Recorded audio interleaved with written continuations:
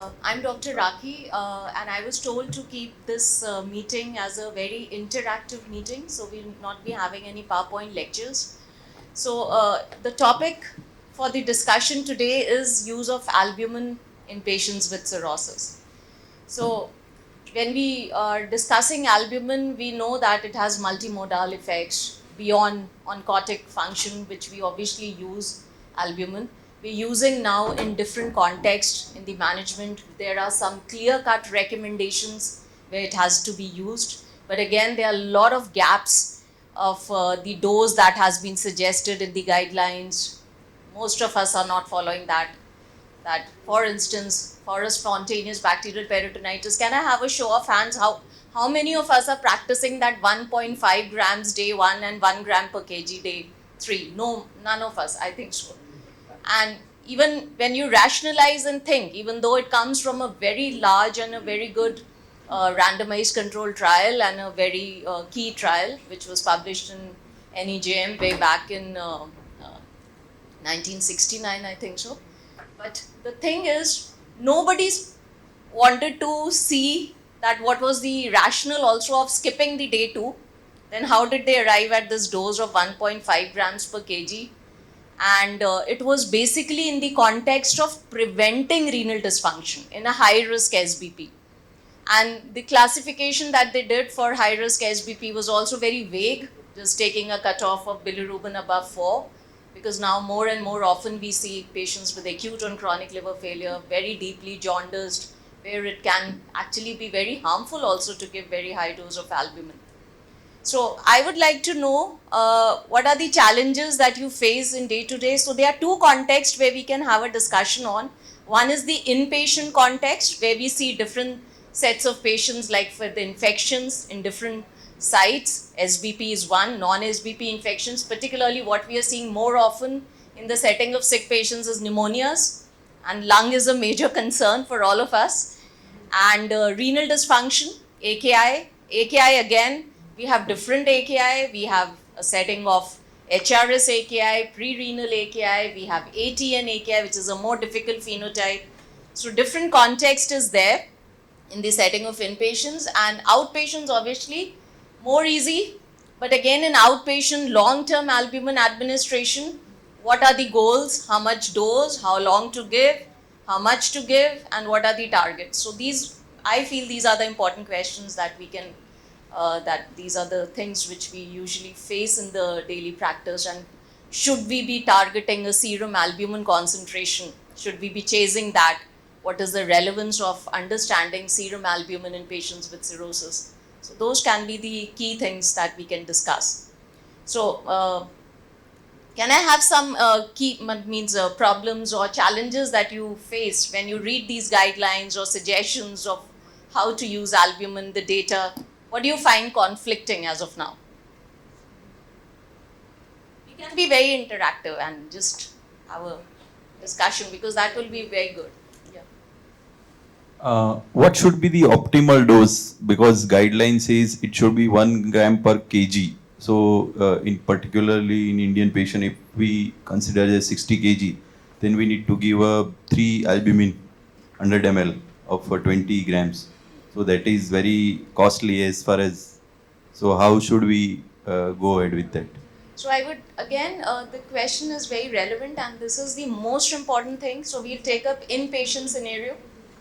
Again, there is nothing like when you're treating your patient, I would say when you're treating, treat holistically. Don't think about cost, because anyways you'll not be saving cost if the hospitalization is prolonged and the complications are not well managed. The cost of the care doesn't come down, it goes high only.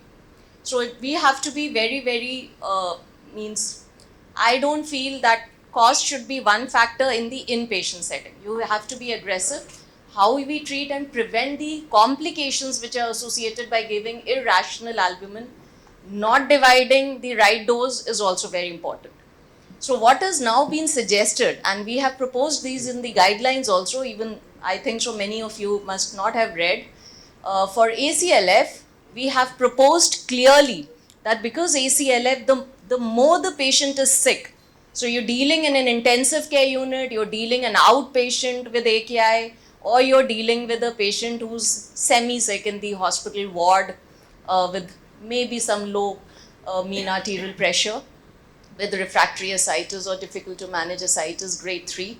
So each context is different. In the ICU setting, we have to be very, very clear that we have to do a dynamic assessment of volume. So volume assessment is the key, and hemodynamic assessment. So if the patient is having shock which is like sepsis induced, your shock is driven by variceal bleed, hemorrhagic shock. So hemorrhagic shock, again, there is no rationale to give albumin. But if the patient is very sick and the albumin levels are low, a 5% albumin in the context of resuscitation is favorable, and it has been associated with less complications, and it is better than any crystalloid because, again, this does not go into the interstitium. So when you're giving albumin or colloids in patients with cirrhosis with shock, obviously that is helpful. But again, the cost thing comes there. How much albumin can we give if the patient needs 2 liters of fluid in 24 hours? We cannot give it with 5% albumin, it will be too costly. So there is where you need to add your crystalloids. So when the volumes required are more and you want to meet the target requirements of volume, the patient is still hypovolemic, is still bleeding, and you want to give and resuscitate, it is okay to give more of crystalloids and just keep a maintenance dose of 5% albumin. That is how we practice in our unit, and it is what we usually do. And we can have, if anybody has any comments on this practice or what could be the challenges with this approach. Yes, sir. And the other thing is, what you can do is you can also dilute the 20% albumin in normal saline, and you can make a 5% fluid. So you can have a 5% concentration of albumin. If it is not available, we do it like that. So when we are dealing with hemodynamic, when we need more volumes, then obviously the choice of fluid is 5%, add crystalloids. Yeah, 5% bolus, maybe 1 or 2, and then give it as a maintenance. We usually give at 50 ml, so a bottle of 5% albumin is given over 5 hours or so. So that is how we do, and it is very well tolerated by most of these patients, and you see that the effects may be little long, but your hemodynamics settles, and you can add a small dose of norepinephrine to build up and improve the systemic vascular resistance, because these patients are very vasodilated. So whatever fluid we are giving, we have to be very clear that our hemodynamics is something which we are targeting, and we don't pump in. So the volume assessment, target is the hemodynamics, and assessment is the volume with the. So once we've done with the volume, the patient is euvolemic and still has shock, we go to the next line of management in the hemodynamic management. So we increase the vasoconstrictors, we look for terlipressin, and this is how we have now evolved with the guidelines also, that we are no longer saying wait for 48 hours. So it is not necessary. But again, when you're dealing with a patient who's less sick in the ward, don't jump in to start using your vasoconstrictors. You should give that patient that time, because in that setting, you're not harming the patient by waiting for 48 hours. So the guidelines which have come were good for patients with decompensated cirrhosis who were hospitalized, but they are not relevant for sicker patients in the ICU, ACLFs, very sick patients, jaundiced patients, deep tense ascites. So that set of patients have to be rationalized in a different way. This is what the key message is. So in the wards, are any of us doing the IVC assessment or any form of CVP assessment or volume assessment, or we just give everybody the same dose? So in a ward setting, if a patient has grade 2, means stage 2 or 3 AKI, and when you have ruled out all the causes, diuretics, your drugs, your whatever causes, so those guidelines are still very, very relevant. If you give these patients 20% albumin, 40 to 60 grams, you will see the next day your AKI improvement will be there. And if the patient does not improve, you give another day, and then you can start your vasoconstrictors. So that set of patients, obviously you have time, but when you're dealing with sick patients, you have to go by acid base, you have to go by urine output. You cannot be sitting in those patients for 48 hours for the response assessment. So there is where we suggest the blood gas assessment the hemodynamic assessment and urine output. These three parameters can tell us whether we are appropriately managing the kidneys. What do you take on this 1.5 gram per kg body weight? For SBP.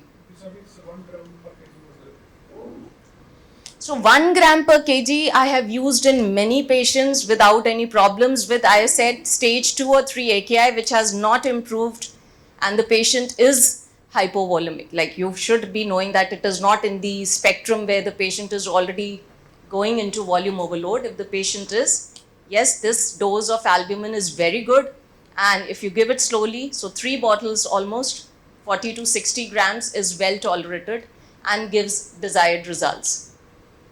Creatinine level, madam? Creatinine is a very, very fallacious marker. But yes, in the context of managing AKI, if it is elevated, obviously we are there. But if it is not elevated, then obviously, and you're suspecting kidney, your sodium is also important, your potassium is also, because very sick patients, again, the creatinine may still be normal. Urea is a very important marker there. You will see urea, blood urea is very helpful to find out whether the patient is having renal dysfunction. And there is where the mistake comes, because when we see the creatinine alone, we start diuretics. And then they go into ATN, because diuretics, Not down in creatinine. yeah. So that is where, because poor muscle mass, and that is why in this context, again, we cannot do cystatin C every day for such patients. So you can be sure of, by measuring one time at least cystatin C, if your creatinine is normal, how much is the severity. So if the cystatin C is above 2, it is a very severe glomerular impairment, and we should never give diuretics to that set of patients, even in the OPD setting. Refractory ascites, many a times you will see these patients are hyponatremic. So assessment of the renal functions, because diuretics again, and that is where the albumin is very helpful. I'll just list out the complications of diuretics. The patient will start restricting fluid, the patient is very happy, the edema has settled, and you will ask them, they will be hypotensive. Then we start midodrine, build up the BP. The patient further gets vasoconstricted. So this is where albumin has a lot of important role in improving the hemodynamics, because diuretics again have to be tapered off. As far as possible, keep it at the dose which is tolerated. The patient's volume assessment of all the complications. And chronic, there is no literature, but I don't think so any of us are using a very high dose of diuretics for the management. And we see complications come even with small dosages.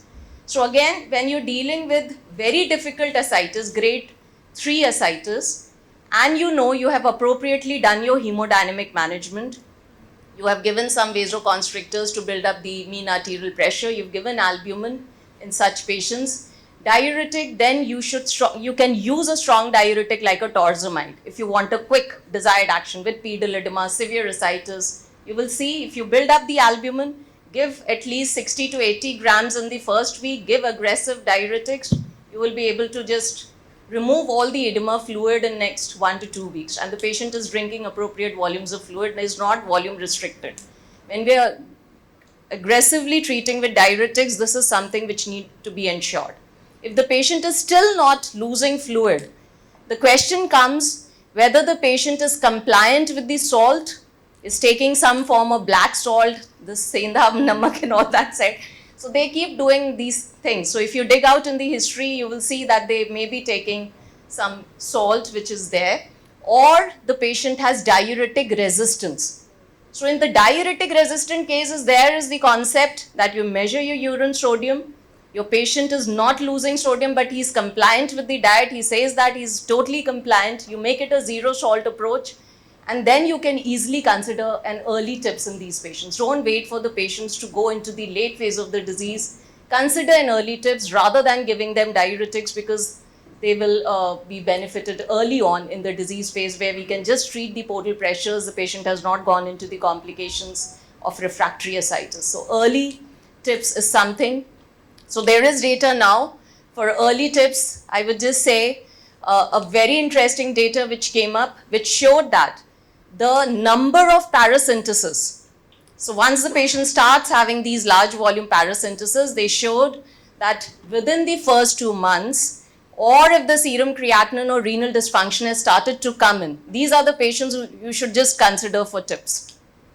But in refractory ascites, if we keep waiting, we keep doing things, so if the patient will start responding, you will start seeing the results in the first 1 to 2 weeks, and then you will see by the end of 3 months your medical management has worked.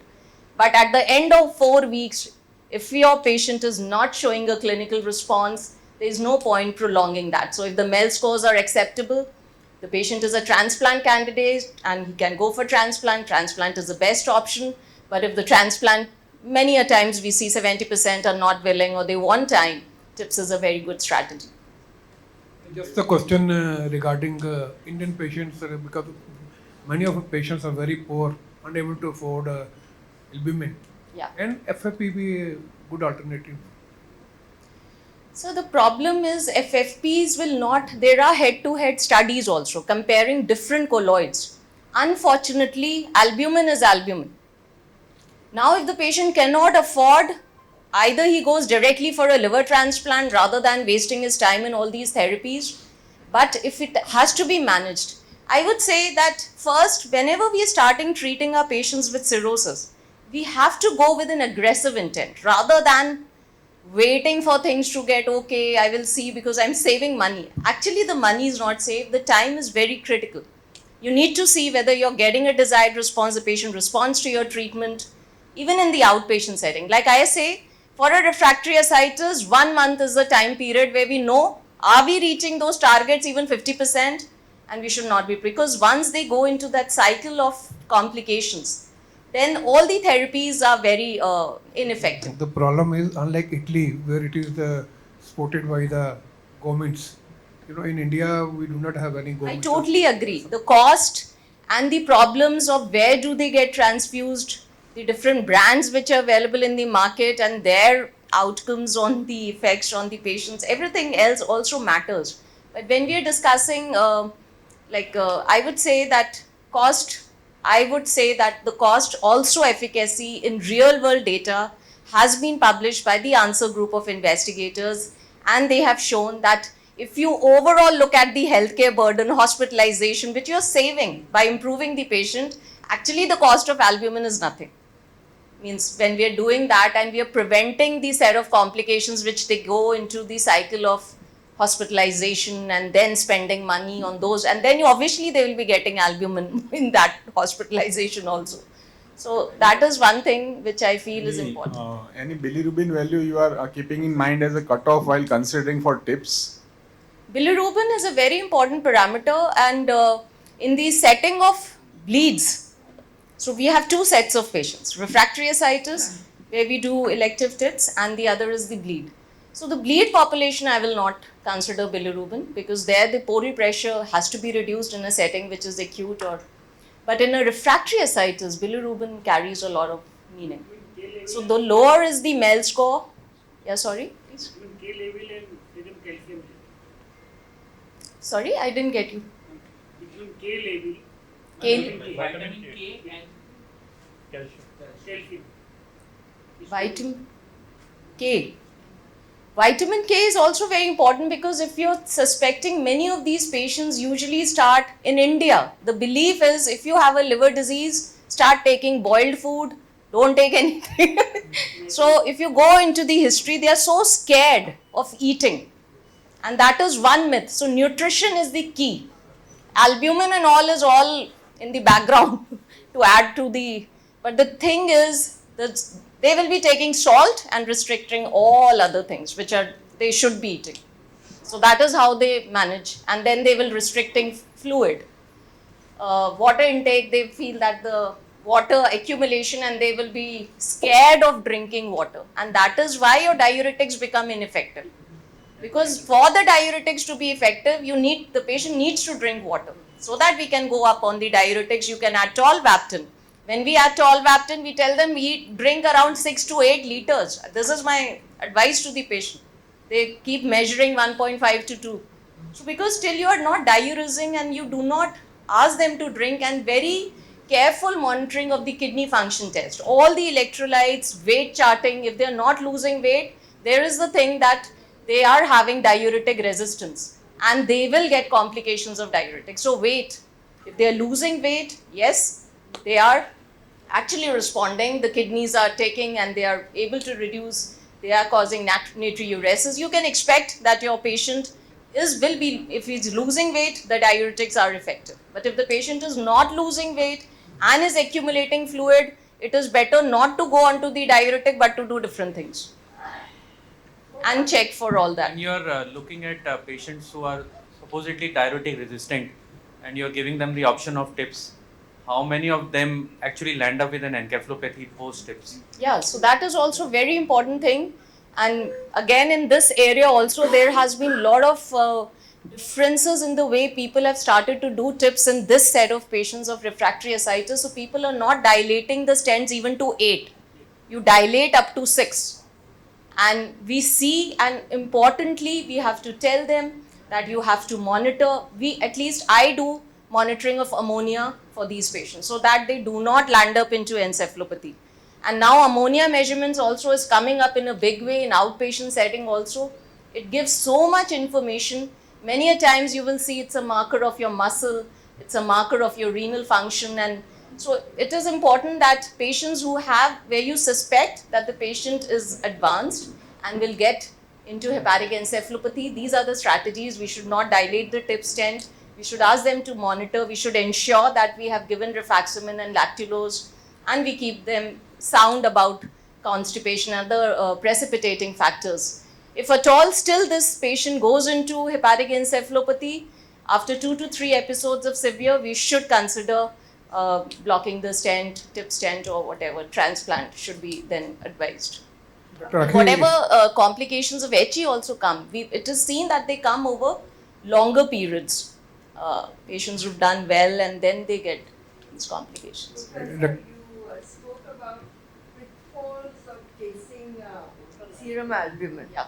The pitfalls. So, patients who come dehydrated, I mean, could you tell us a little more? Yeah, so this is also one thing that, especially in the inpatient setting, and we now have the attire study which has a clear message that don't start targeting albumin levels in the inpatient setting by giving albumin infusions. So that is where it is important, because a low serum albumin is a marker of so many things. So it is a marker of so many things, and basically severe inflammation, it is a negative acute phase reactant. So you know something is going wrong. So albumin level is very important. It is important to understand that albumin if it is going down, but chasing that and correcting that number may not be very helpful. So we have to see that albumin in a context.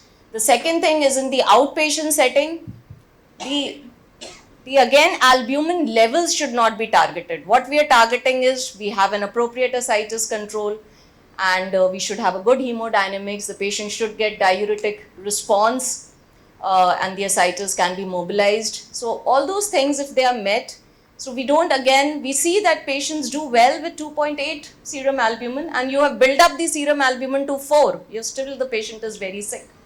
So if we have artificially corrected that number, then obviously we will not get the benefits that we want to see in our patients. Madam, Ma'am. total tension and how to the betting? How to collaborate? Portal hypertension? Yeah. So portal hypertension is the key. So ascites is one of the first, we can say, a complication of portal hypertension, which is associated with a mortality. Untreated ascites has a mortality of 50% in 2 years. So it is mostly the most common first decompensating event. It will resolve in most of the patients, but again the target should be to keep them off diuretics, to say that we have actually covered the disease rather than controlling them on diuretics. Again, natural history wise, I think so those two sets of patients will be totally different. Those whose ascites is controlled on diuretics, those whose ascites is disappeared without diuretics after they develop the ascites. So that is how you're managing the portal hypertension. So portal hypertension is the key, and the driver is most important is the etiology. So the etiology correction is the goal, should be the goal, because that has led to the development of portal hypertension and then to the ascites. So all efforts should be made to treat the etiology, then give obviously beta blockers target them to a good appropriate hemodynamic response, assesses by some factor how we have done an appropriate beta blocker therapy in these patients, because just giving a small dose of beta blocker, adding it to the prescription will not make a difference. It is important that we target that we've achieved a portal pressure reduction, and there can be different now non-invasive surrogates by which we can see that the patient has responded. So that is one thing. Ma'am, as you have said, we should not wait for 48 hours to see the response. So in which strata of patients you will directly prefer albumin plus vasoconstrictor? Can you start directly? In which When strata you of were patients? saying, Yes. that is why I said in the ICU or in ACLF where the patients are very sick.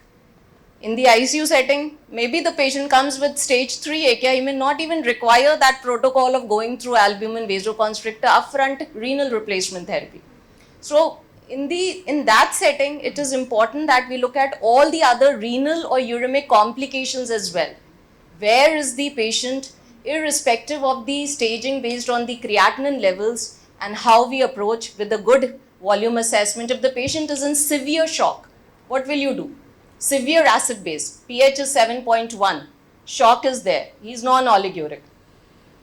So we don't rely on albumin alone. So we have to give appropriate, we make it euvolumic, we give antibiotics, because if we are dealing with septic shock, a good empirical antibiotic is something which is very important.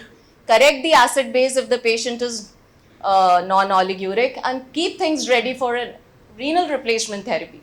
In the meanwhile, to build up the hemodynamics, we can use terlipressin or any vasoconstrictor. So there again, that is why these guidelines have evolved, that HRS, which was like no septic shock can have HRS. So bleed patients can have HRS. Even bleed with shock can have HRS. So terlipressin works there, not just for the portal pressure reduction, but as a renal support or management for HRS AKI in the context of variceal bleed. So, and the other thing was that tubular dysfunction. We can see patients with chronic kidney disease. Chronic kidney disease patients are usually hypertensive. Now, if they start without their antihypertensive medicines, so the differences in assessment of the hemodynamics, for them the target BP is 85 to 90 with antihypertensive. So if the patient comes there, you can still use your vasoconstrictors to build up that map after assessing the cardiac dysfunction. So that is how the HRS definition has evolved, that you can still have HRS in the context of less severe septic shock. You can have HRS AKI in the background of CKD also. But again, we have to be very careful. We have to do a good cardiac assessment or volume assessment so that we don't have complications of these therapies, because these are very toxic drugs also.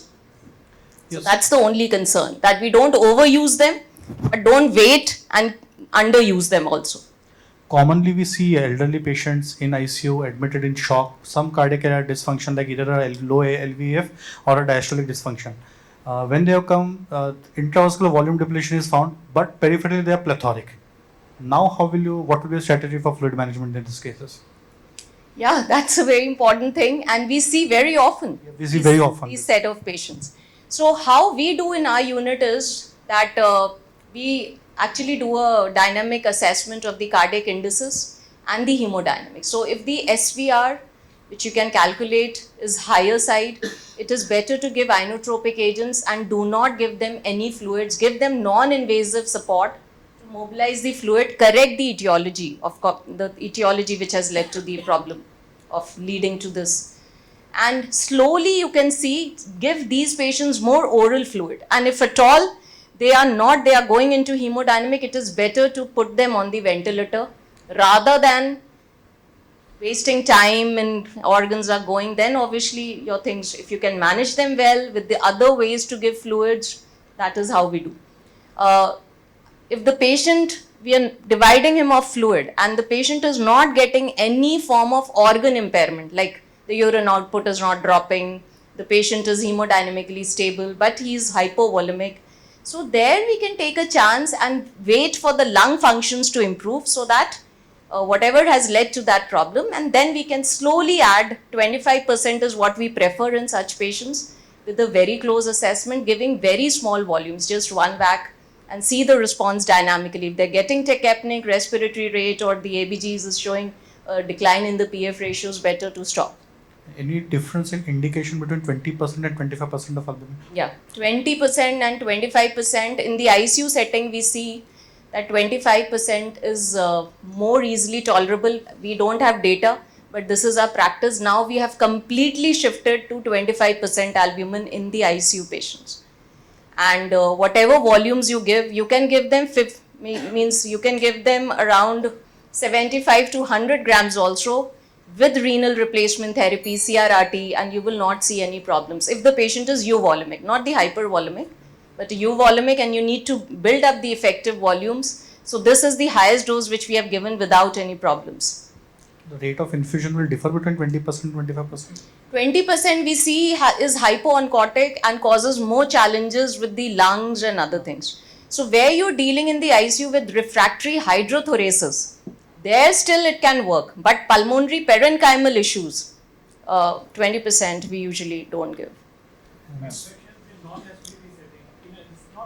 5% is rather safer in that set, if at all they are hypovolemic. Yeah, sorry. Not very safe. Should we give albumin in that case? Non-SBP. Pneumonias and UTI or something like that. So I would again say that when you have any infection, if there is kidney, there should be a rationale. Why do I need to give albumin? Is the patient hypovolemic? Is the patient having AKI? So those should be the indications to give albumin in that set of patients. And because of the long-term albumin, if you have a sick patient, mostly giving them at least one albumin along with the infection management is very helpful. Most of them will have kidney impairment. AKI will be there some degree. Ma'am, for HRS patient, but very high dosages we don't. Yeah. We should give albumin first or terlipressin first or both simultaneously for HRS type. HRS classical diagnosis is volume non-responsive AKI. Okay. So you have to give volume, appropriate volume has been given. So once your patient comes, the patient is already volume replete from outside. He's come. You don't need to start that protocol again of giving volume, then waiting. So you start upfront with vasoconstrictors, build up the MAP. If the MAP is already high, will you give terlipressin? No. And many a times now we see high MAP and patient is having kidney damage. So MAP, if it is high, you have to look for other causes of kidney. There, terlipressin in a patient who has ATN will be harmful. We should not give.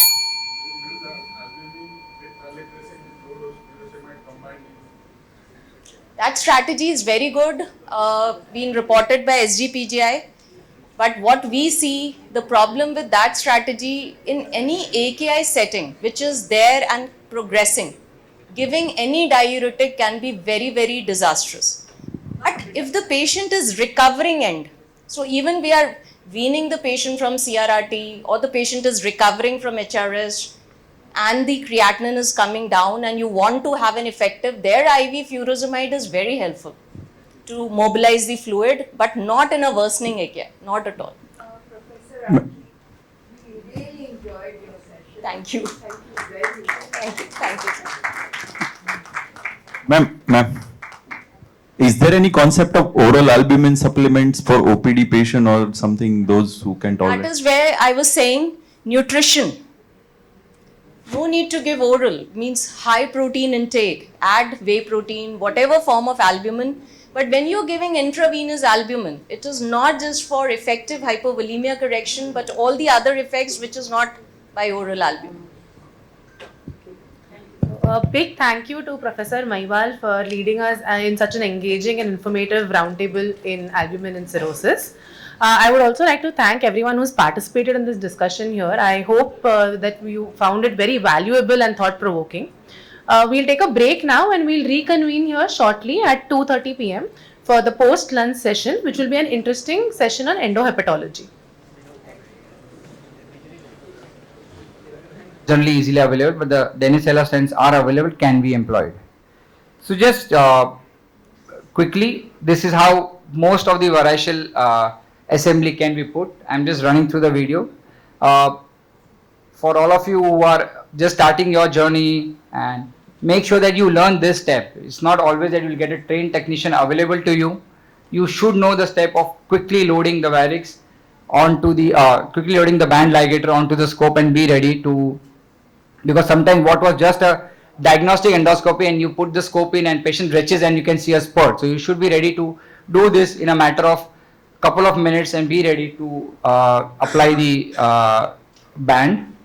So these are just simple steps, but if you will be able to do it quickly only if you have practiced it yourself. Just by looking at it, you might not be able to do it if you have to do it yourself.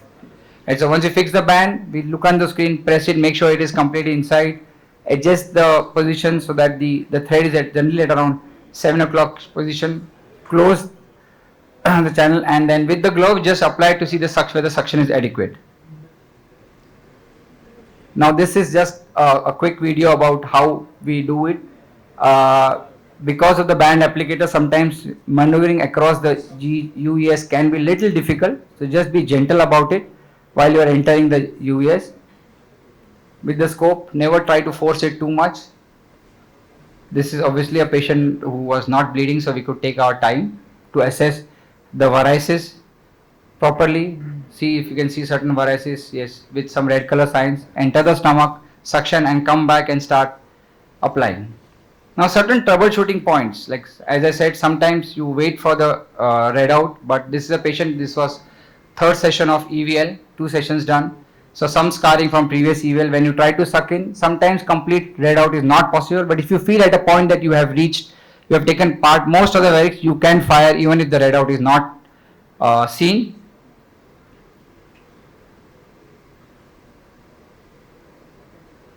This is the second varix here. A good readout was available and you can see the band going across. Occasionally, if the suction is not proper or there is a slight leak in the suction because of the button remaining open or the band connector being slightly loosened, you take a varix and you try to fire, but because the suction was loose or you have left the button of the suction, you think you have fired the varix, but the varix just slips out, which you can see in this video. If you are lucky, it will not bleed, but this is what something you should avoid. This has happened to us. I am not saying this should happen, but this can happen, like the varix getting slipped. No need to worry, just go back, adjust your position, make a proper position, make sure the suction is alright, come slightly above the position that you are so that you can get a good varix, get a readout and then fire, and the same varix can then be captured. Occasionally what happens is you fire a varix and sometimes this can happen, as you can see here. I want one of the junior guys to tell me what has happened here now. I mean, of course,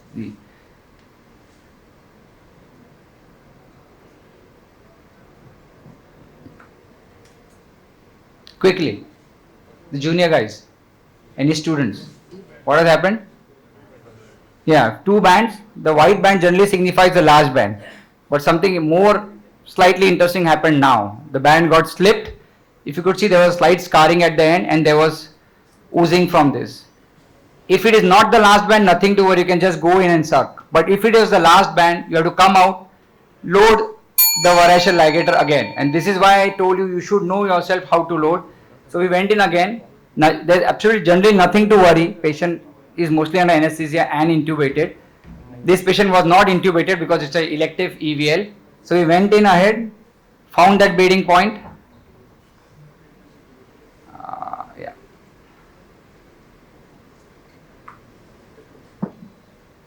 And just be patient. You have the cap, you can press the cap, look at the bleeding point and then suck the varix again, and this was a bleeding point, suck it again and apply the band again. Then just look around if there is any oozing,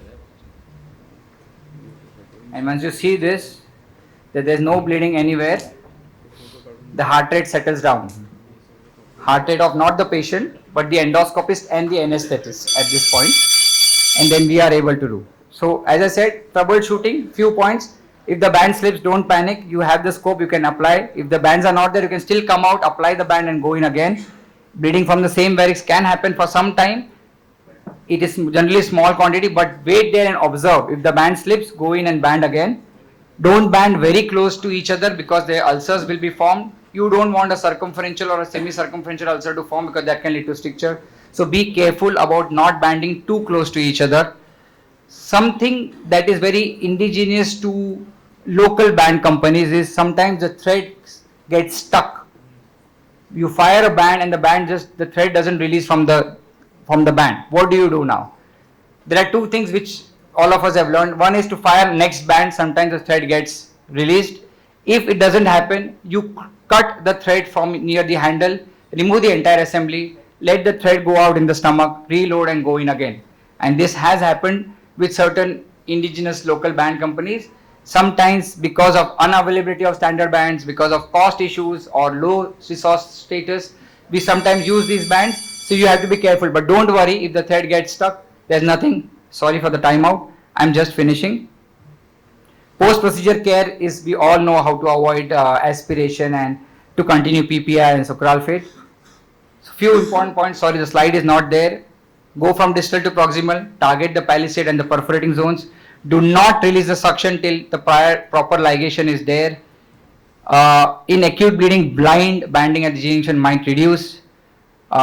Balloon tamponade or an SCMS can be used as a bridge therapy. So it is now advisable that most units keep a Danicella available if you are dealing with portal hypertensive bleeds very frequently, because that can be life-saving. I had a slide about complications of EVL. Oh, thank you. Just quickly, intraprocedural bleeding. Occasionally, dislodgement of the cap can happen, especially at the UES. Nothing to worry, you can just go in and bring the cap out. So take home points. EVL is an effective tool. It is used for primary and secondary prophylaxis or for active bleeding. Requires skilled endoscopy handling. A still mind and a still hand is what is required. You don't have to panic. That is the bottom line when dealing with this, and you can tackle most of the cases. It is minimally invasive. Occasional potential complications like ulcerations or rebleeding can happen. Dysphagia stricture can be avoided if you are careful about the spots of bleeding, banding and not banding too close to each other. And of course, combination of pharmacotherapy always gives the best outcomes. Thank you.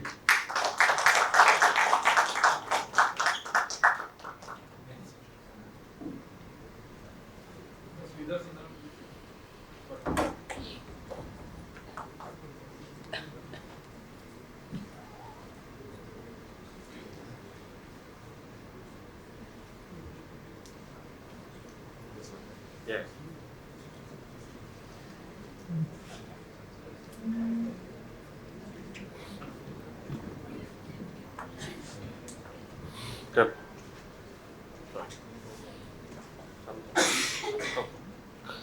Okay, a very good afternoon to one and all, and I see it's quite a packed crowd for a postprandial session, so I hope I don't make any of you sleep. So I'm going to be talking about gluing for gastric varices.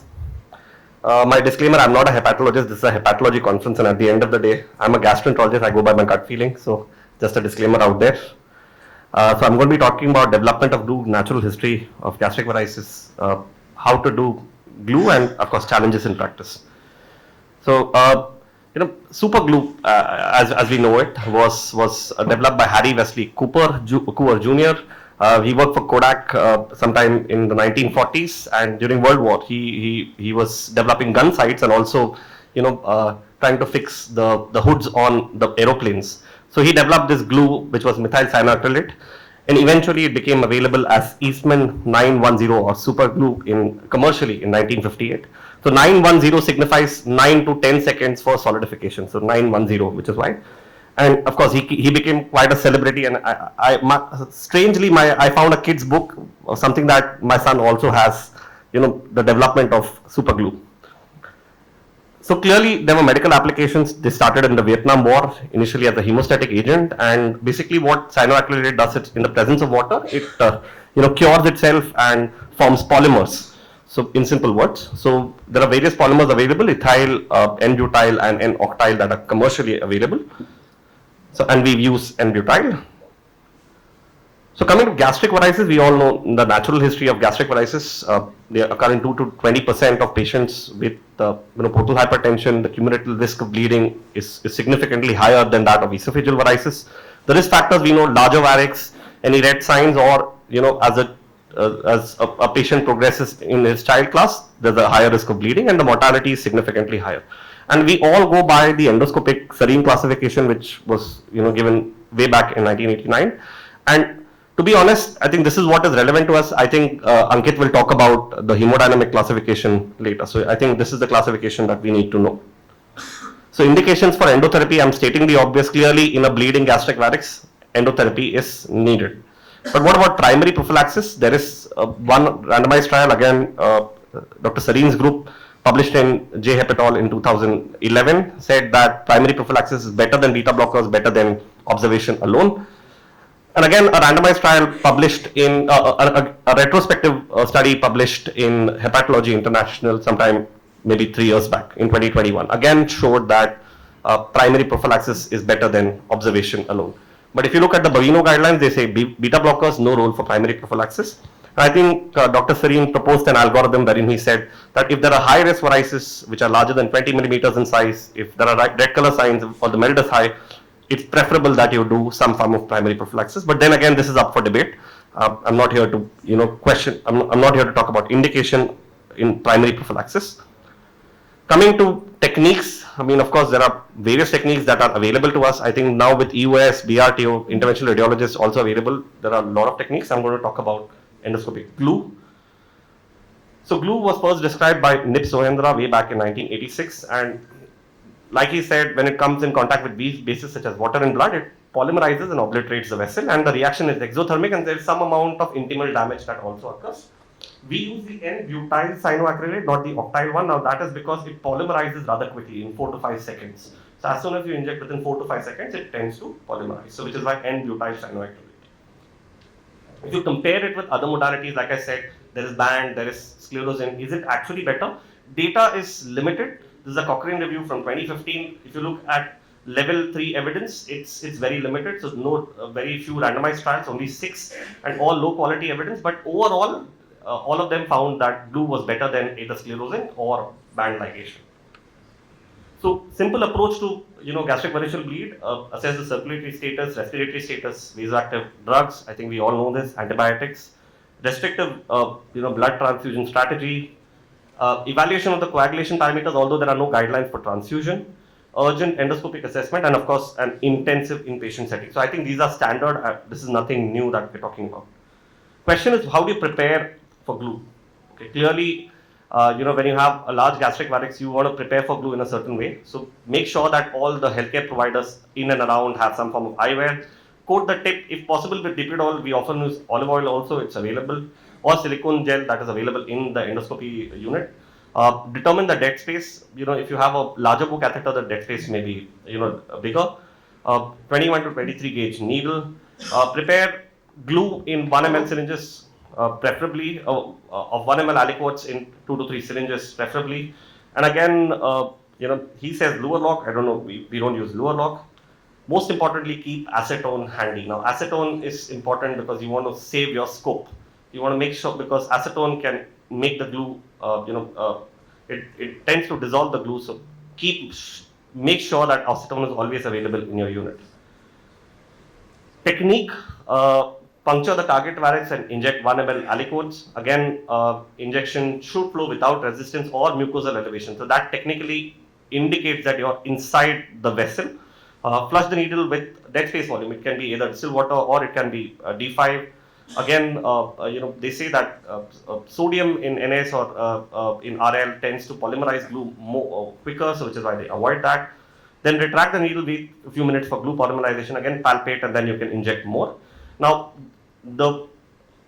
few guidelines say periphery to the most prominent part, but the rationale is to target the inflow. But again, it's rather an inaccurate method.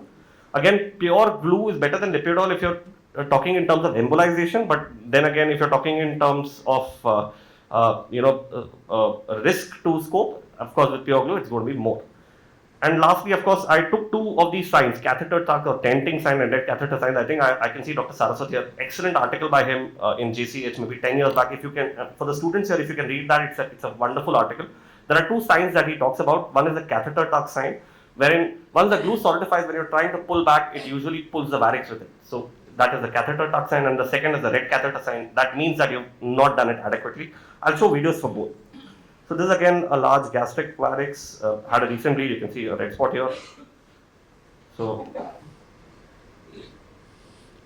primed, it's a soft varix. Try to go slightly to the periphery. Yeah. Once you inject, so when you actually tuck back, you can actually see that it's kind of fixed. I usually typically wait for 4 to 5 seconds, so you can see that it's slightly tugging on the catheter. So it's the catheter tuck side. So this is another video. Okay, so again, soft varix. So in this case, you can see once you've injected, you can see there is some flow inside the catheter, backflow that comes in. So you can see the reds, and then once you inject glue again, when you try to remove the red flow is seen back inside the catheter. So then again, more injection is done to make sure that you're obliterating, and now you're tugging. Okay, so two very important signs when you're doing glue.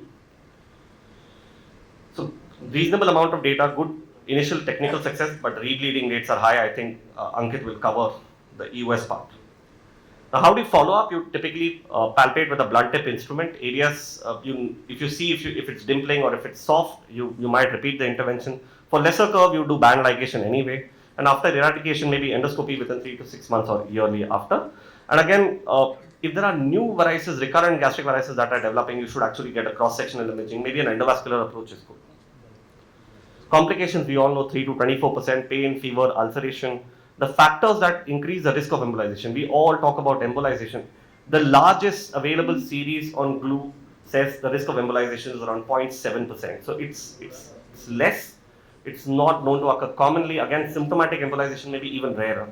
But what are the problems that can occur if you're over diluting with lipidol? If you're using it, of course, I do not use lipidol in our setting. If you're doing excessively rapid injection, if you're injecting a large volume, so they found in a study that if you're injecting more than 4 ml of glue versus 1.8 ml of glue, the risk of embolization is higher. So more the glue, the risk of embolization is higher. And again, IgV1 with a high blood flow rate, the risk of embolization is higher. Coming to challenges, now these are typically 3 challenges. I'll just go to the videos. Active bleed obscuring vision, accidental injection into the folds rather than actually the gastric varix, which may happen. And incomplete endoscopic obliteration. So let's go again to a video. This is again a patient, too much blood in the stomach. So you just cannot see, I mean, once you retroflex, you can barely see where the gastric varix is. I don't know if you can actually get back. So this is clearly a better setting where EOS can be done. Again, you can try positional maneuvers, try to adjust, but if actively bleeding, a lot of blood in the stomach, it's often difficult to make out. Second challenge, okay, so this is again another patient. We thought this was a gastric varix. One of our fellows actually injected into this already. I didn't think it was, so we did an EOS, it was actually a thickened fold. Okay, so it may happen that you're thinking it's actually a gastric varix and you've actually injected into a fold. So make sure that the identification is clear. It's usually, slightly bluish tinge that you will always see. You will not see, if you actually see the initial part of the video, you will not see, the checkered pattern that you typically see on the mucosa that you see on a varix. And lastly, okay, this one. We thought this was great. I mean, injected glue, but patient again came back with a low hemoglobin. So we again did an EOS, and you can see the glue cast here. But if you actually pull back and you actually see, virtually the entire gastric varix is still very much unobliterated. So he was still bleeding from the same varix. So these are common issues that you face in practice. I think Ankit is anyway going to cover EOS intervention. What about glue in esophageal varices? The topic was glue in gastric and esophageal. Not typically used. It can be used for salvage. There are randomized trials showing it's better than sclerotherapy. But then again, band ligation is, I think Meghrat already showed, it's very convenient, easy to do. So band ligation is the way to go. Unless, maybe a scarred setting, you are not able to, get the band across at all. Rare settings, you can use glue. To summarize, endoscopic glue is the primary standard therapy for bleeding gastric varices. Primary prophylaxis, jury is still out. I mean, there's not a lot of data. appropriate preparation is a must. Technical challenges are present, but the most important is the operator, patient, and equipment safety. All of that has to be safe. What for appropriate injection with varicose obliteration, and don't hesitate in using additional techniques for complete obliteration. Thank you.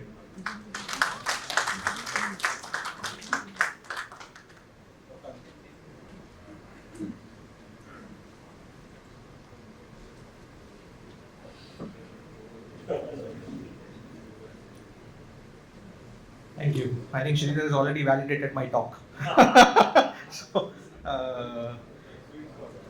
he's already given his thumbs up for US guided interventions for gastric varices. So, good afternoon, everyone. To continue the management of portal hypertension and varices, I'll be talking about US guided management for gastric varices and how we do. So quick overview, as Sridhar already mentioned, gastric varices account for about 15% of all varices. They are less frequent than esophageal, but management is complex. They have high rebleeding, which leads to increased mortality. And as he mentioned, the factors involved in treatment consideration, because there's a large submucosal component, there are many feeding vessels and draining vessels which need to be evaluated before we attempt obliterating these varices. So quickly, just guidelines. So ESG actually recommends that US endoscopic glue is the preferred choice of therapy for acute gastric variceal bleeding. But we can concur that it is the best broadly available gold standard at present, because as I said, obliteration rates, although reported in about 90% patients, but rebleeding rates are high, recurrence is high, in the range of about 40%, and obviously complications as mentioned already. So that's where the role of expansion of endohepatology and EUS. So in terms of shear wave, biopsy, PPG, and then obviously EUS guided coil and glue, which was first described by Professor Binmoller and published in way back in 2011, wherein he used the combination of coil and glue injection, which was performed with the help of EUS. So the idea of using coils is to provide a scaffolding over which the glue polymerizes, and then it obliterates the varices in a complete fashion, which then prevents recurrences, rebleeding. And this initial study itself showed 100% technical efficacy, and obliteration rates also in the range of about 96%. So the initial results were quite promising. And if you were to look at how we treat gastric varices, as Sridhar mentioned, the widely practiced classification is the Serene guidelines, wherein you have GOV1, GOV2, IGV1, and IGV2. GOV1 can be treated either by bands or by glue injection, but it's the IGV1 and GOV2 which presently is to be treated by endoscopic glue, but EUS guided coil and glue is an alternative. The other classification which is more pertinent to US guided therapies may be the Arakawa classification, wherein you have two types of classifications, is type 1 and type 2. Type 1, which you can see here, is essentially a bunch of gastric varices which are localized, and you have a single feeding vessel which is highlighted by the red circle. On the other hand, type 2 is more diffuse vascular pattern within the varices and multiple feeding channels and a liноrenal shunt as seen. So here's where maybe the technique may differ, whether you want to do a direct puncture of the varices to obliterate, or you want to find the feeder vessels and then obliterate the feeder vessels. Mind you, finding feeder vessels on EUS is an arduous task. It's not so simple as spoken about. And although just injecting coils and glue into the feeder vessels may obliterate your varix, but identifying them can be arduous. So in my practice and in general practice, it's targeting the varices directly with the EUS guidance and then injecting coil and glue. So again, as I said, it's a recommendation by ESG as well that EUS guided management for bleeding gastric varices can be used in centers with expertise and familiarity. What are the advantages? So you can visualize the entire varix on EUS. You can visualize the feeder vessels. In the presence of bloody field, as Sridhar mentioned, that there is an actively bleeding varix and the stomach is full of blood, you don't need to bother. You can just put in an EUS scope, identify the varix, and then coil and glue it. You can inject coils, which is, as I said, provides a scaffold for the glue to polymerize. And you can visualize using Doppler after injection that whether the varix has been completely obliterated or not, or if required, perform other injections. So instruments. So mainly what we use is your linear echo endoscope. Needles, predominantly what we use is your 19 gauge needles. 22 can also be used, but I don't see any advantage of using a 22 gauge needle. Coils. So coils are the one of the most important aspect of this whole therapy. So you have coils which come in various sizes and various lengths and diameters. You have 0.035 inch coils which go through a 19 gauge needle. If you're using a 22 gauge needle, you need to use a 0.018 inch coil. They come in various lengths ranging from 5 to 20 millimeters, and the coil diameter also accordingly. Of course, glue, which is N-butyl cyanoacrylate. You need to prepare multiple syringes. Your technician needs to be well trained in this procedure. So you keep multiple syringes ready with distilled water and aliquots of glue in 1 ml. So before starting, few checklist. Basically, you are essentially going to do this procedure under general anesthesia. You can use water immersion technique for better acoustic coupling, so you can visualize the varix better. The size of the coil is determined by the varix size. So you need a coil size which is 20 to 30% more than the size of your varix. As I said, if you're using a 19 gauge needle, you're using a 035 coil. If you're using a smaller needle, a 018 coil. N-butyl cyanoacrylate is typically used, distilled water.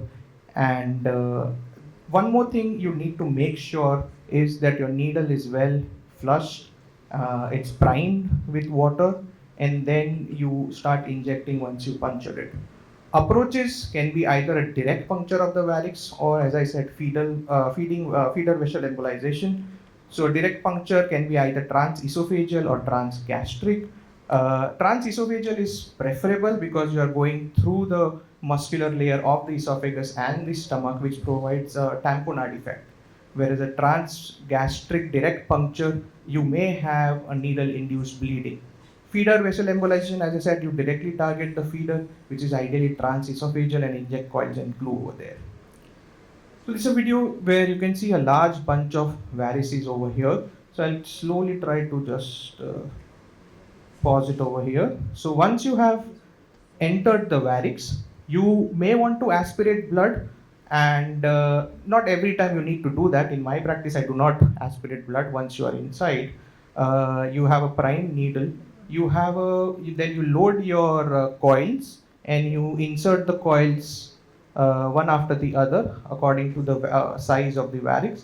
Once you have injected the coils inside, you inject glue after flushing the needle.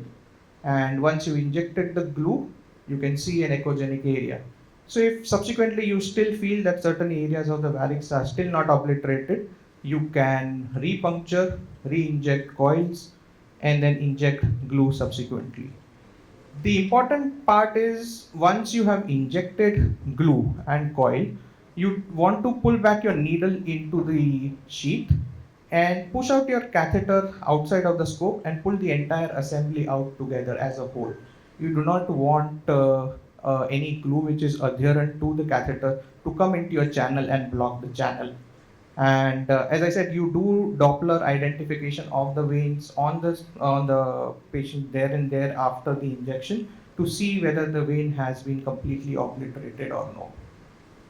Precautions, as I said, what ideal preferred is transesophageal puncture.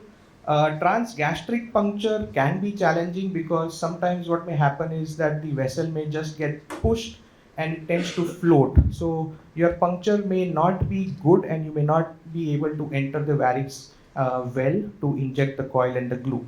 So prefer doing a transesophageal puncture when your scope position is straight and you can enter the varix easily. Also, it provides a tamponade effect because of the muscularis layer. Avoid forceful jabbing. So you don't want a forceful jab, you just need to puncture the vein. It's a soft wall, you need to go in smoothly and be sure that the needle tip is in the center of the varix so that when you're injecting the coil, you do not perforate the varix or you do not hypershoot the needle.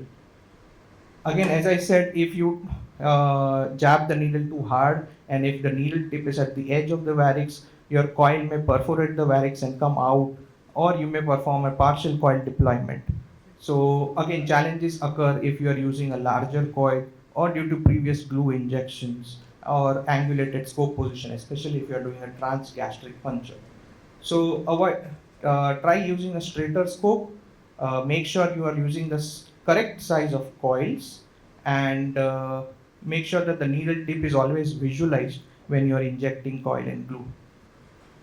Adverse events, overall 14%, they are essentially the same as what you see with endoscopic glue injection, like embolization, bleeding, pain, etc. The main thing, as I said, needle impaction, which is sometimes noted if the needle gets impacted after the glue injection. So if you try to forcefully extract a needle, you may cause avulsion of the varix and can cause torrential bleeding. So the trick here is to just gently maneuver your scope, gently try to pull out the needle from the varix if you feel that it is impacted, and then go in and see again with an endoscope or an US if the vessel is bleeding. So quickly, good technical and clinical success in this multi-center study by in the US. I just mentioned just a few studies here. In comparison to endoscopic glue, this paper was published by Jayanta, which said that EUS guided coil and glue had a great obliteration of 93%, and compared to the endoscopic procedure, it required lower sessions and lower subsequent rebleeding rates noted in the EUS arm. Meta-analysis similar to that, showing that EUS guided coil glue is better in terms of rebleeding rates and reintervention rates compared to endoscopic glue. So just to conclude, I know we all know that endoscopic glue is easy, it's what widely available, but EUS guided therapy is also technically feasible and clinically effective. It's safe, and compared to endoscopic glue, it has fewer recurrence and reintervention rates. And combination of coil and glue is better than in a monotherapy like EUS guided just glue injection. So always try to use coil and glue instead of endoscopic glue injection for obliteration of gastric varices. Thank you. Well, that was a great talk. Thank you, Dr. Ankit. We'd like to call upon Dr. Shamsher to speak about endoscopic management of duodenal, rectal, and stomal varices.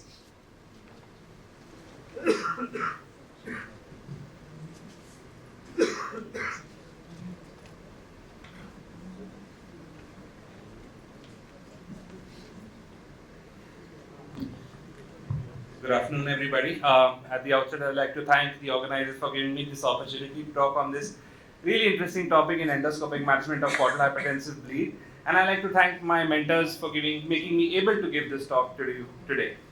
So what do we have in the arsenal when we're talking about duodenal, rectal, and stomal varices? We have endoscopic treatment modalities like sclerosing injections, band ligations, glue or thrombin injection, EUS guided intervention, and sometimes even loops that we can apply over the varix for it to thrombose. And then we have our IR colleagues who can do retrograde and anterograde, balloon, coil, or plug assisted transvenous obliteration. TIPS has its ways in dealing with it, and if the varix is very close to the abdominal wall, direct USG guided glue or coil injection has been demonstrated as well. So again, a simple checklist for this difficult study, for this difficult disease. We need to have terlipressin and octreotide in the room. If the patient has recently bled, he might be on the infusion or a bolus. But if it's not and you're planning to do some intervention, you need to have octreotide or terlipressin in the room before you take these patients off for scopy.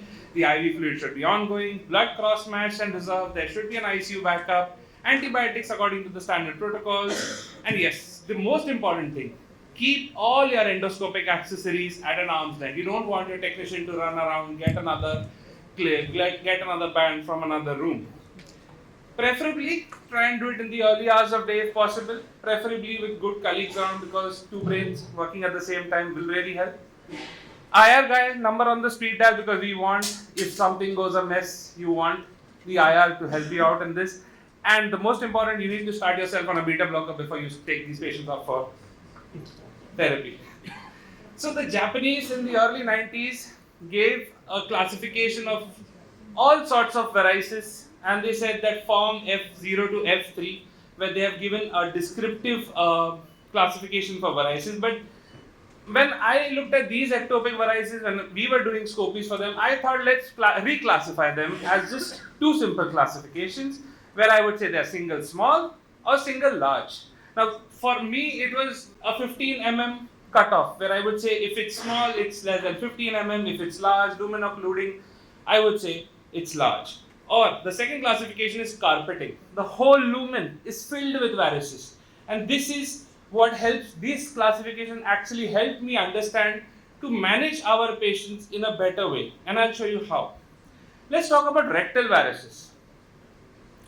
The collateral anatomy of rectal varices is similar somewhat to the esophageal varices. There is one feeder, one afferent, one efferent, and when you see it endoscopically, you differentiate it from hemorrhoids. You know that it extends at least 4 cm beyond the anal verge, and thus, if it's similar to the esophageal varices, band ligation can be effective in these patients. Now, Sato in the early 2000s did a study where he used sclerosing of ethanolamine with or without contrast, the CT contrast under fluoroscopy to assess the extraluminal size of the varix.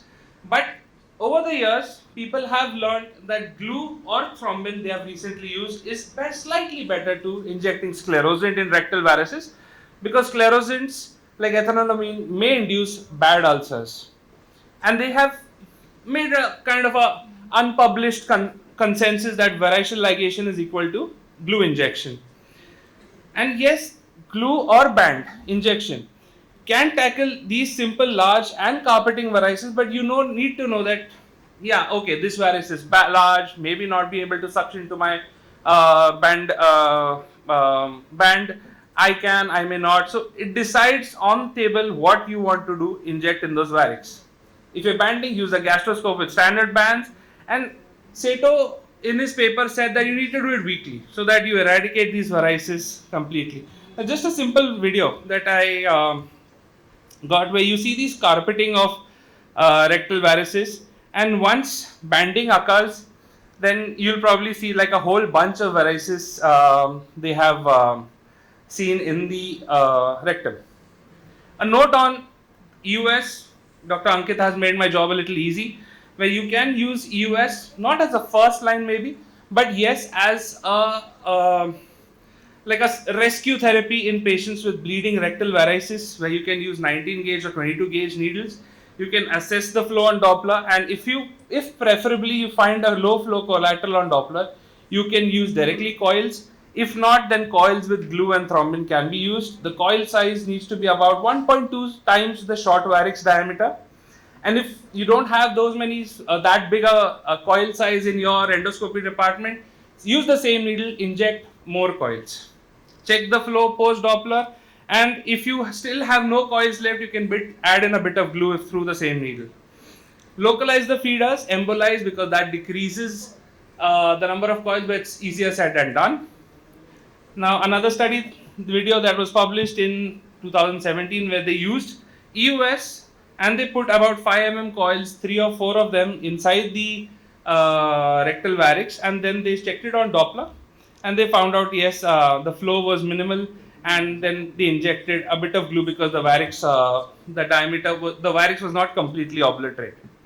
Coming to duodenal varices. The collaterals in duodenal varices are not easily defined. There can be multiple afferents and efferents. So if the patient is not actively bleeding in front of your eyes before endoscopic treatment, immediately send the patient for a triple phase CT abdomen after resuscitation. If it's bleeding, pray and inject. Keep EUS ready. If no EUS, inject glue immediately. Keep IR ready. If it's small, you can try EVL. The only reason I'm a little against EVL in duodenal varices is because if you see the picture on top, this is the endoscopic view with a little bulge, with a bluish bulge, and you might feel that you have suctioned in most of the varix. But if you apply the band, it may slip because the whole varix may not be completely seen in the duodenal lumen and may not come directly into your band suctioning, and it may slip, leading to torrential bleeds. If it's a single large varix, you can do EUS coiling with or without glue. People have injected thrombin. And if it's large, do EUS guided intervention rather than direct injection. Carpeting varices, I err on the side of IR guys helping us with either BRTO, or you can even try EUS. If the varices are in the distal part of duodenum, D3, D4, then you might have to straighten your EUS scope, because the injection in D2, D3 would be slightly difficult and you will have to require a smaller needle. Coming to stomal varices. Now, stomal varices is like in medicine retrobulbar neuritis, because if you've not seen it, you will not know that this part of your area might also bleed, and sometimes it bleeds torrentially. So there could be single large varices or multiple small collaterals around the stoma. You suspect it if you see a bluish discoloration or raspberry appearance of stoma. We'll see certain pictures. Always in such patients who bleed and you suspect stomal varices, do an upper GI endoscopy, rule out a brisk upper GI bleed. They may or may not be related. Patients having stomal varices may or may not have portal hypertension, and they usually form from tributaries that drain into the anterior abdominal walls, and they form a little sharp turn. The stomal varices are classified as focal because they cause spurts, and they can be controlled temporarily via your own digit. You can just press on it and it will stop bleeding. And diffuse varices cause slow ooze and may need IR or EUS. So just few photos where you can see this raspberry type of appearance with a bluish discoloration around the stoma, similar in these photos. So colostomies are less vascular. Sclerosing injection may cause more ischemic damage. Varices may or may not be visible on your standard endoscopy. So you require, before you take these patients for endotherapy, you need to do a CT better than MRI for your vasculature and collaterals definition. EUS guided glue, thrombin and coiling can be feasible and should be the way in patients with stomal varices. On the EUS, a network of varices seen within 5 centimeters of the stomal verge, but not beyond 10 centimeters from it, are usually seen, and the flow can be assessed, and then coil can be directly injected. If you're trying to put thrombin, wait till a clot forms after the glue, and then that should be the end point of your thrombin injection. Few take-home points. No one method is easy for tackling ectopic varices. EUS should be kept in handy. Assess the varices like we've defined them as simple and carpeting.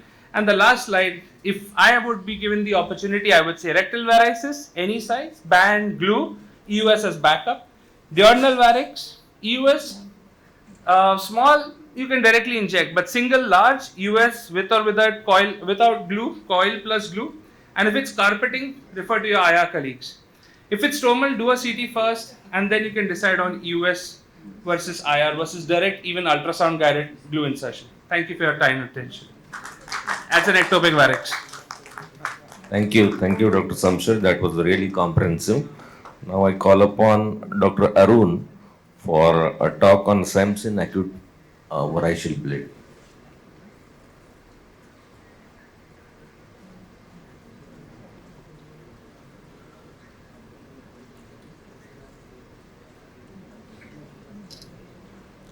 Good afternoon, everybody. I am Dr. Arun Vaidya, Assistant Professor at the Department of Gastroenterology at KM Hospital. At the outset, I would like to thank Professor Akash Shukla and organizing team for giving me this opportunity to talk on SEMS in acute variceal bleed, how I do it.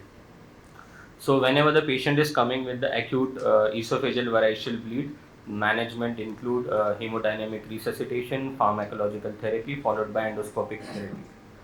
In around 5 to 10% cases, the bleeding may be uncontrolled or refractory. Then we have to look forward towards the bridging therapy like balloon tamponade or SEMS. And the definitive therapy are the TIPS or shunt surgery, devascularization surgery, or liver transplant in selected cases depending on the etiology of portal hypertension. So comparing the SEMS and balloon tamponade, SEMS is, can be placed up to 7 days to 14 days, and patients are quite comfortable with the SEMS as compared to balloon tamponade. It allows endoscopy and oral feeding in the patients, and it is also safer due to the lesser chances of aspiration, esophageal perforation, and other adverse events. Only issue is it is very costly, cost around 1 lakh rupees. So we have in market only the Denisella stent available with us, So it is fully covered metal stent made up of nitrilon, and with silicone covering. It has flares at both the ends which are anti-migratory. It has retriever lassos on both the ends, and it has a very unique delivery system with the positioning balloon, which allows us to put the stent even in the bedside in the absence of endoscopy and fluoroscopy. Working principle is basically a tamponade, and which compresses the esophageal varices and causes termination of the hemorrhage. Now I am showing the stent. This is the stent which has the radio-opaque markers, 3 radio-opaque markers, and 2 anti-migratory flare, and the diameter is 25 mm, which is good enough to cause the tamponade, and flare diameter is 30 mm. So this is the delivery system. The stent comes preload on the delivery system. It has olive tip, the stent. Then this is a distance from the olive tip. This is yellow is the protecting plate. Then this is a protecting ring. Then this is the sheath handle, blue colored. This is first lock, and this is a second white lock, and this is a wire port. This is a balloon port, and this is the safety valve. Now I will show a short video. This is an animation video. I don't have my original video. So whenever we put the gastroscope first, I usually recognize the bleeding source in the esophagus. Then there is a guide wire, 0.035 guide wire, which is already there in the dentist pack. So it is inserted to the gastroscope and put in the stomach. Then while pulling out the scope from the stomach, I usually measure the distance from the G junction to the central incisors, and then usually add around 5 centimeter to it. If like distance is around 45 centimeter, then add another 5 centimeter, and then advance this yellow protecting plate towards that distance along with the ring. Then the next step is to put the delivery system over the guide wire into the stomach. So this is a delivery system going inside. You should insert till the yellow protecting plate touches the mouthpiece, and then we have to remove this first blue lock. When this first blue lock is removed, as you can see, we can advance the system. The second white lock we advance till this blue sheath handle. So when we are advancing this, you can see the olive tip and balloon coming out of the delivery system into the stomach. Now the next step is we inflate the balloon. So the dentist pack has a 60 ml of syringe in it. So we have to insert around 120 ml of air. So this is a valve, single valve. So we don't have to detach the syringe because we have to insert the air twice. You can see the balloon is getting inflated after inserting the air. Then we pull back the delivery system upwards, and then we see till we feel that the balloon is effaced on the distal esophagus and lower esophageal junction, and then we maintain the traction. So it is very important to maintain the traction, otherwise the balloon and along with the stent can migrate distally. So you have to maintain this position in the 90-degree and give the moderate traction. While applying the moderate traction, now comes the most important step, the deployment of the stent. So this is the white lock. We remove the white lock. Then after that, the blue sheath handle is pulled upward. So it is pull upward till the sheath, the safety valve. So you can see when we pull upward, the stent is getting deployed, it is opening up, and simultaneously the balloon is also getting deflated. To be on the safer side, I also remove this balloon wall so that I am 100% sure that the balloon is deflated, and then I remove the delivery system. So some recommendation, it can be placed without endoscopic guidance also. It is very important to confirm bleeding source whenever possible. I usually prefer using guide wire and adhere strictly to the implantation manual. Follow-up care includes confirm proper stent placement by endoscopy as soon as possible if it is put on the bedside. Check stent position after 24 hours by X-ray or endoscopy or in the signs of bleeding. After stent placement, stabilize the patient and evaluate for the tips. Remove the stent after a week. Longer indwelling time is often possible. Some people are also removing after 2 weeks. Remove urgently if there is suspicion of airway compression. This is LI extractor. To be honest, I have never used this. We remove the stent by forceps only. It is also very expensive. Cost around 60 to 70,000, and it has two parts. First part is having a red hook control and a blue wedge, and second is an overlying tube with a fixation handle. So this is another animated video which is showing how to remove the stent with this extractor. So first we put inside the scope, we see the position of the stent, and we see the proximal retrieval lasso. Through the endoscope, the extractor device is inserted, and then the red hook, it is moved forward so that the hook comes out of the delivery system and it engages with the retrieval loop. Then it is again pull upward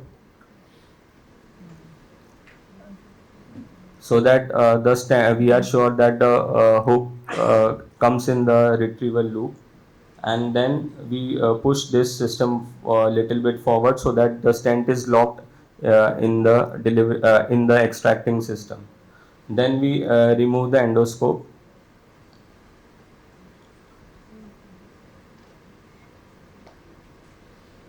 After removing the endoscope, then comes the second part. This is another larger extracting tube which is inserted over the smaller extracting catheter. So we can use fluoroscopy or we cannot use, it's not mandatory. So we'll pull a stent smaller extractor little bit. Then we can see after pulling, the stent comes inside the over tube. Then we fix it with the fixator, and then the last step is to push it forward so that the over tube covers the stent. So it is usually used to avoid the damage caused by the stent. Otherwise, the stent can scratch the walls, and later on bleeding can start. So some data, it's an meta-analysis including the 12 studies. The success full control of bleeding was 91%. Rate of rebleeding was seen in around 17% patients. Rate of stent ulceration was in 6.8%. Stent migration was seen in around 18%, and overall mortality is 39%. So I would say use this stent judiciously. The only indications are refractory variceal bleed and post-tibial ulcer bleed. Thank you.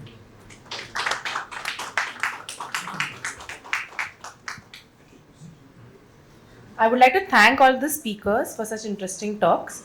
I would also like to thank our chairpersons. I now invite our session experts to come forward and wrap up this session by sharing their thoughts. I think all the 5 presentations were excellent. See, while certain points I'd like to highlight, The most important thing is when we are doing a bleeder, that when to realize that we cannot do that. I mean, when to shift to the second option. That is the biggest challenge because when you are doing a procedure, you don't have much thinking time. You have to take quick decisions, and whenever in doubt, never hesitate to consult your colleague, whether in phone or directly. And that is the most important thing because there will be certain obvious ones, the big ones in the fundus. You know it will never, you will never be able to control that. You should straightway.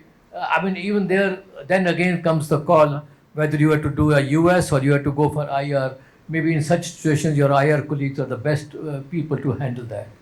And really like that ectopic varix talk. I think we hardly ever discuss that. It's a very well done. And then yes, ectopic varix is always a challenge. Very rarely we have to handle that. But once you have to, yes, I will always prefer glue in that rather than bending. Though Shamsher mentioned about the small varix that you can go for bending. That's the one point that I like to make. And yes, when you are working in a big hospital, you have the privilege of having a IR people with you. But I think in today's time, when you are dealing with these situations, IR guys are great help and good to have it on your back. And even at the sometimes you have to take it, right now straight away you have to go for that. Any comments from the delegates, we can always take it up. And there will be many points you can keep on discussing. I'll give mic to Matthew. Any questions, comments? Dr. Sridhar, if you have esophageal plus gastric varix, what will you do first? First gastric or first esophageal? Yeah, Mike. While you are on that, Sridhar, I will also put this as an unanswered, unsolved question. Will you ever take up prophylaxis of the fundal varix? I mean, primary prophylaxis I'm talking. You want to answer the last question first? Hello? Yeah. So, if the gastric varix is not bleeding, I will not really, touch the gastric varix. I will tackle the esophageal varices. On the other hand, of course, if the gastric varix is bleeding, like Sir said, I feel that the jury is still out on primary prophylaxis. There is limited data available. One randomized trial, one retrospective trial. So clearly, primary prophylaxis is questionable. So the message for the beginners, please do not take primary prophylaxis of the fundal varices. Let's not fall into the trap. Jury is still out, but still we should not be taking. Professor Dilavri wants to know your opinion. If there's a real big fundal varix, what will you do? Will you ask your IR colleague to have a primary prophylaxis? So I think I side with Ankit on this.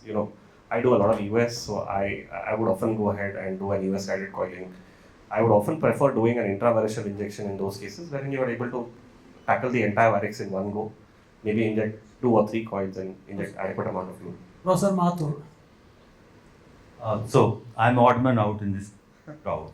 Definitely not, sir. No. I used to be a constant presence amongst the gastroenterologists and hepatologists, but yeah, after a long time I'm here amongst you. I would like to ask, all of you said IR guy. When will you keep your sentence at No, I will tell you. Where the limitation of IR? IR requires presence of a natural shunt. Without that, he can't embolize any varix. And natural shunts, Dr. Dilavri and we have done the studies long back. They are not there 100%. So there will be patients, particularly ectopic varices or diffuse fundal varices, okay, where you will have a surgeon doing the shunt surgery. Okay, so you can't say that IR and then that's the end of the story. Okay, that's the one point. And second, gastric varices, Abhiram knows when we conducted the first workshop, hands-on sclerotherapy, 86 at KEM, We talked about the gastric varices at that time. And moreover, now managing patients with EHPVO and cirrhosis are different. So sir was telling more into the surgical aspects on EHPVO or child day cirrhosis, and nowadays we don't generally do in cirrhotics. Mohan, you want to make a comment? Those who talked about gastric varices did not touch upon the role of abdominal CT, which everything starts divert once we document a big renal shunt. So if that shunt is there, whole things changes. So if the varix are not bleeding, like patient is stable, I think best is to get a CT done and document a shunt. And if shunt comes, BRTO scores way over the endoscopic treatment.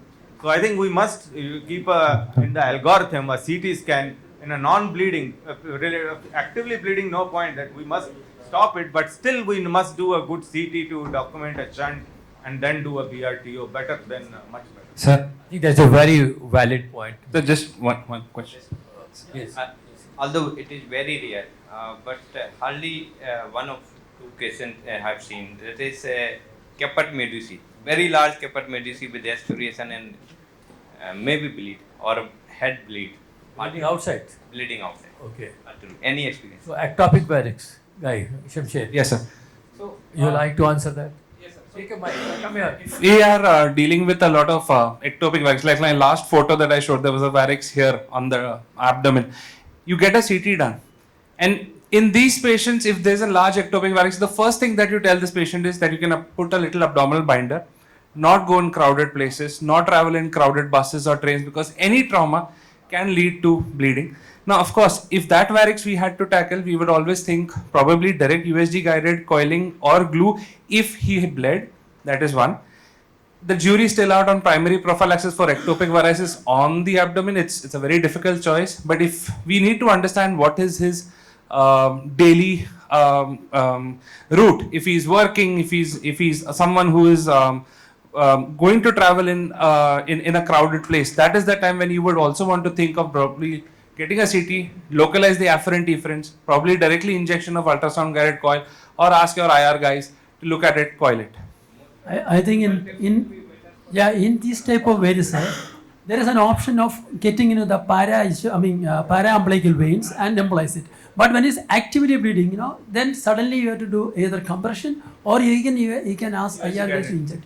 But after stopping the emergency bleeding, I think they cannulate into the para-umbilical veins and block it. Any questions? Otherwise, just one question for Dr. Meghraj. You can go ahead, Samshir. Sir, if there is a junctional variceal bleed, what would be choice of treatment? It's a good question. I was about to ask that. Actually, when you talked about gastric varices and esophageal varices, there was a question on a patient is having bleeding both gastric varices and esophageal varices. What will you do?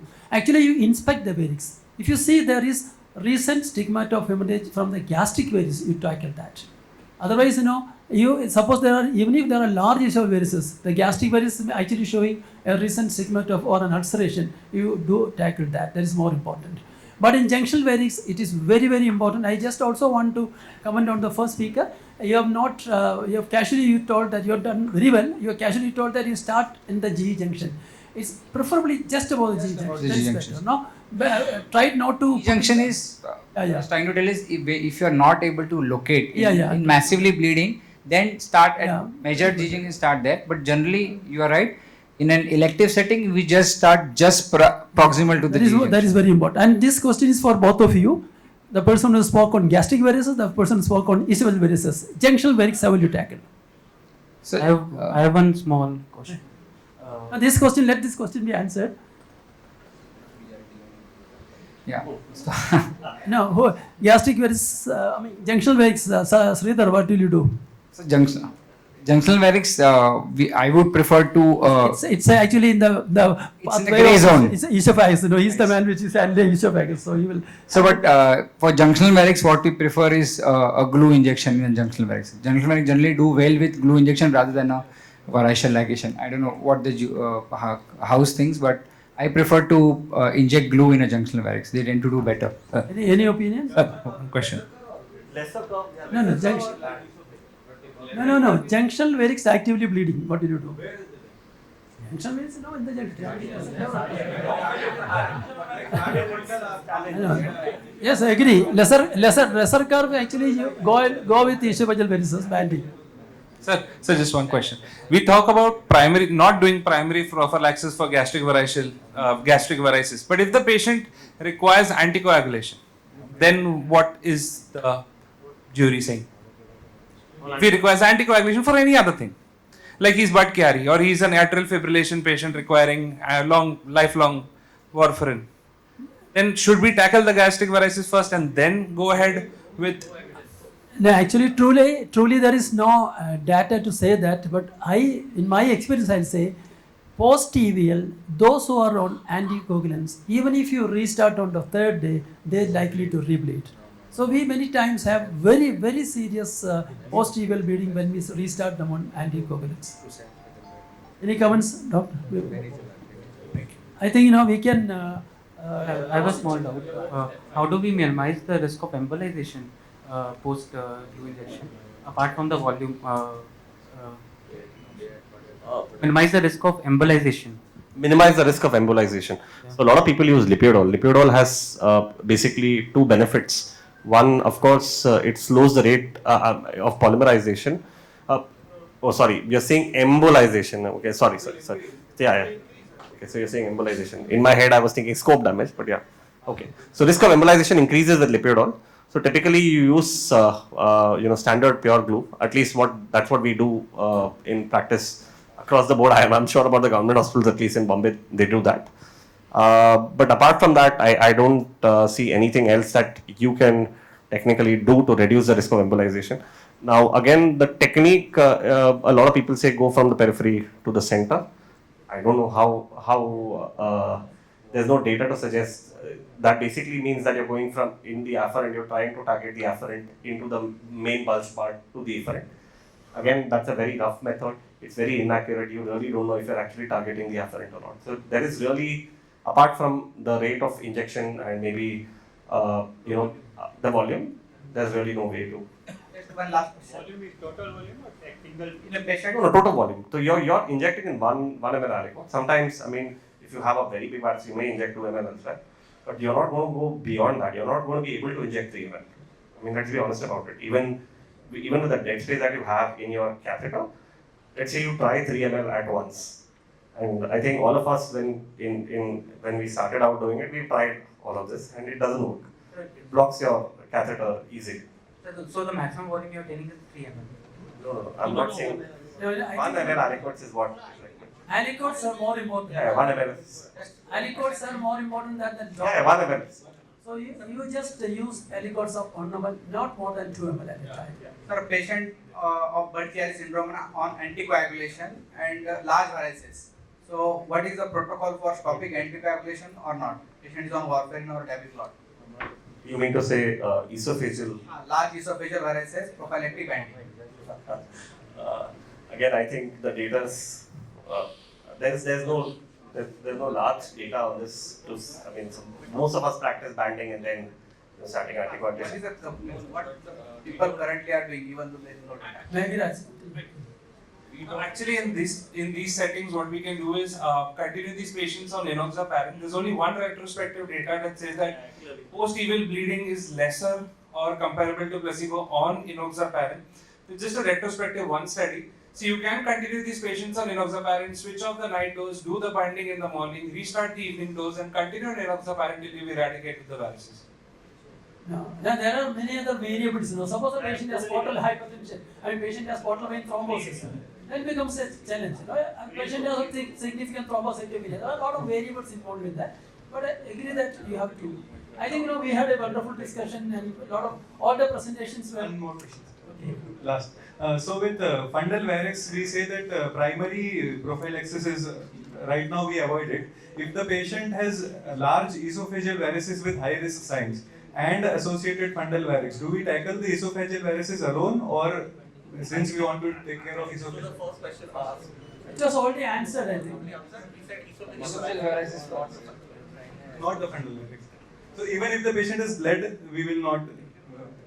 No. There is evidence of bleeding. You have to esophageal varix, but has a fundal varix. Yeah, so he's bled from to the esophageal varices. Yes. Stuck to the esophageal varices. Not the gastric. Not the gastric. What if vice versa? Suppose patient bled from the gastric Of course, varices. tackle At it. the same setting, should we blend the esophageal varices? Will it increase the pressure?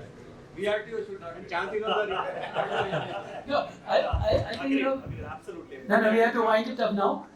We had a wonderful discussion. All the presentations are extremely good. But I think the message should be like this, One is that in gastric varices, just what you see and inject is not sufficient.